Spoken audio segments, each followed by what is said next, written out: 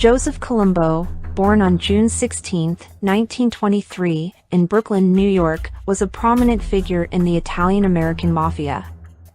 Colombo is best known for being the head of the Colombo crime family during the 1960s and early 1970s. However, his life took an unexpected turn when he founded the Italian-American Civil Rights League, a controversial organization that aimed to combat negative stereotypes and discrimination against Italian Americans. This video explores the fascinating life of Joseph Colombo and his journey from mob boss to civil rights advocate. Joseph Colombo's involvement in organized crime began in his early years. He quickly climbed the ranks of the Propaci crime family, eventually becoming a powerful figure within the organization. Colombo's reputation for violence and intimidation aided his rise to prominence. He was known for strong-arm tactics and his role as an enforcer for the mafia. In the mid-1960s, Joseph Colombo orchestrated a power move within the Propaci crime family, eventually renaming it the Colombo crime family. As the boss, he sought to expand his control and influence over various criminal activities, including extortion, gambling, and loan sharking.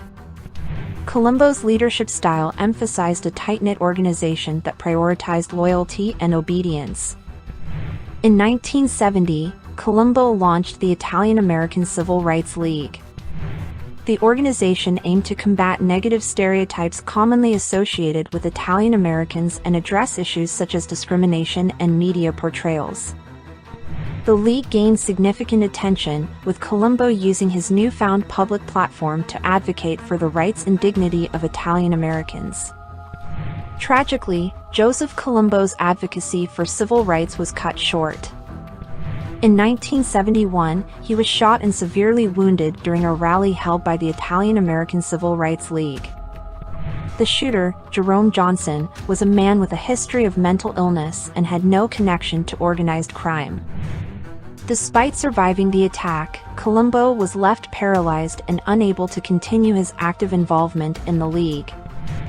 Joseph Colombo's shooting left a lasting impact on his family, the Italian-American community, and the Colombo crime family. While his efforts with the Italian-American Civil Rights League were seen as groundbreaking, many within law enforcement and the organized crime community viewed it as a smokescreen to divert attention from his criminal activities.